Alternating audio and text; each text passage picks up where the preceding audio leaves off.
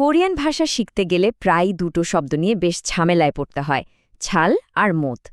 দেখতে ছোট হলেও এদের ব্যবহার কিন্তু বেশ প্যাঁচানো। তো চলুন আজকের এই বিশ্লেষণে এই দুটো শব্দের রহস্যটা একটু খোলাসা করা যাক। আচ্ছা, শুরুতেই একটা প্রশ্ন।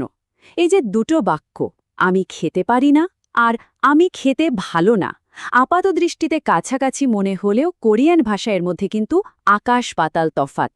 এই সূক্ষ্ম পার্থক্যটাই আমাদের আজকের আলোচনার মূল চাবিকাঠি। ঠিক আছে, তাহলে চলুন প্রথমে সহজ দিকটা দিয়েই শুরু করা যাক, মানে ছাল। যখন আমরা কোনো কিছু ভালোভাবে করার কথা বলি তখন এই শব্দটা কিভাবে ব্যবহার করা হয়? মূল শব্দটা হল ছালহাদা, মানে জারাদা। সহজ কথায় কোনো কিছুতে দক্ষ হওয়া বা একটা কাজ খুব ভালোভাবে সুন্দরভাবে সম্পন্ন করা। এখানে উদাহরণগুলো একটু খেয়াল করুন। একটা নাউন বা বিশেষের সাথে ঝাড়া হাদা ব্যবহার করে একটা সাধারণ দক্ষতার কথা বলা হচ্ছে, যেমন নানেন সুয়ংয়েল ঝাড়ে, মানে আমি এমনিতেই সাঁতারে ভালো, এটা আমার একটা স্কিল। কিন্তু আসল মজাটা হলো এইখানে, এই সূক্ষ্ম পার্থক্যটা বুঝতে হবে। যখন বলা হচ্ছে নানেন কংবুরের ছালহান্দা, তার মানে আমি পড়াশোনায় এমনিতেই ভালো একজন ছাত্র। কিন্তু যদি বলি নানেন ছাল কংবুহান্দা, তার মানে হলো আমি এই মুহূর্তে খুব ভালোভাবে বা মনোযোগ দিয়ে পড়ছি। দুটো কিন্তু এক জিনিস না। কোরিয়ানদের মুখে এই কথাটা প্রায়ই শোনা যায়, ঝনেন ছাল মোরুগেসায়। এর আক্ষরিক অনুবাদ করলে দাঁড়ায় আমি ভালোভাবে জানি না, কিন্তু আসলে এর মানে হল আমি ঠিক জানি না বা আমি নিশ্চিত না। এখান থেকে বোঝা যায় যে সবসময় শব্দ ধরে ধরে অনুবাদ করলে আসল ভাবটা হারিয়ে যায়। তো ভালো দিকটা তো গেল, এবার আসা যাক একটু প্যাঁচানো দিকটাতে, মানে মত।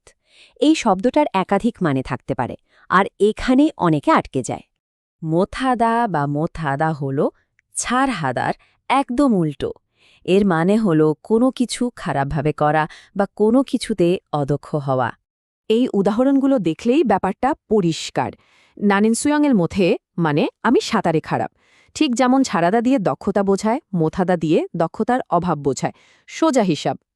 কিন্তু সমস্যাটা হয় কখন জানেন? যখন অ্যাডভার্ব হিসেবে মোদ ব্যবহার করা হয়।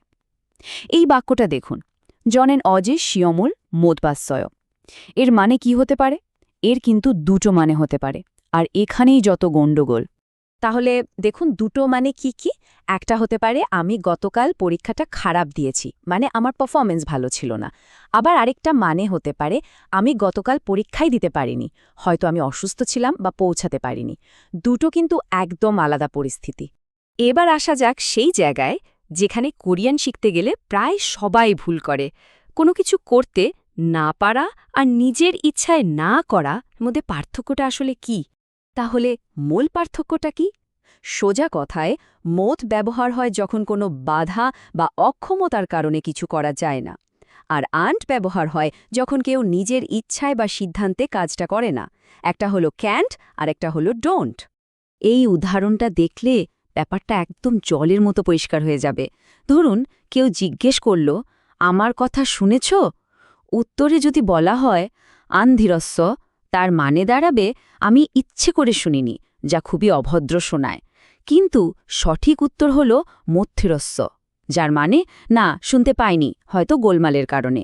ভাবুন একটা শব্দে কত বড় পার্থক্য। আচ্ছা, এবার এমন একটা জিনিস দেখব যেটা খুবই ছোট আর সূক্ষ্ম, কিন্তু একটা বাক্যের অর্থ আকাশ পাতাল বদলে দিতে পারে। প্রশ্নটা খুবই সোজা। এই যে দুটো শব্দ ছাল আর মথ, এর মাঝখান থেকে যদি আমরা স্পেসটা সরিয়ে দিই তাহলে কি হবে? দেখুন পার্থক্যটা কিন্তু বিশাল।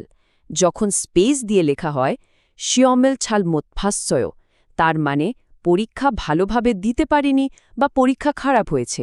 কিন্তু যখনই স্পেস ছাড়া লেখা হয় ছালমোত, তখন এটা একটা নাউন হয়ে যায়, যার মানে হল ভুল বা দোষ। যেমন গুগসেন যে ছালমতিয়াস্যয়, মানে ওটা আমার ভুল ছিল। শুধু একটা স্পেসের খেলা। তো ভালো খারাপ তো বোঝা গেল। এবার চলুন দেখি এই ধারণাগুলো ব্যবহার করে একজনের সাথে আরেকজনের দক্ষতা বা পারফরমেন্সের তুলনা কিভাবে করা যায়। তুলনা করাটাও কিন্তু খুব সোজা। শুধু দ মানে আরও অথবা কাজাং মানে সবচেয়ে এই শব্দগুলো যোগ করতে হবে, যেমন আমি গত বছরের চেয়ে ভালো সাঁতার কাটি বা আমাদের ছেলে সবচেয়ে ভালো ফুটবল খেলে। ঠিক একইভাবে সবচেয়ে খারাপ বোঝানোর জন্য ঝেল মানে সবচেয়ে এর সাথে মুথেও ব্যবহার করা হয়। যেমন আমি সবচেয়ে খারাপ সাঁতার কাটি। খুবই সহজ, তাই না? তাহলে সংক্ষেপে পুরো আলোচনা থেকে আমরা কি শিখলাম? এই 4টে জিনিস মাথায় রাখলেই হবে। 1. ছালহাদা আর ছাল এক নয়। 2. মোটের দুটো মানে আছে, খারাপভাবে করা আর করতে না পারা। 3. মোট মানে ক্যান্ট আর আন মানে ডোন্ট। আর 4 নম্বরটা হলো ছালমোত আর ছালমোতের মধ্যে একটা স্পেসের পার্থক্য, কিন্তু অর্থের দিক থেকে আকাশ পাতাল।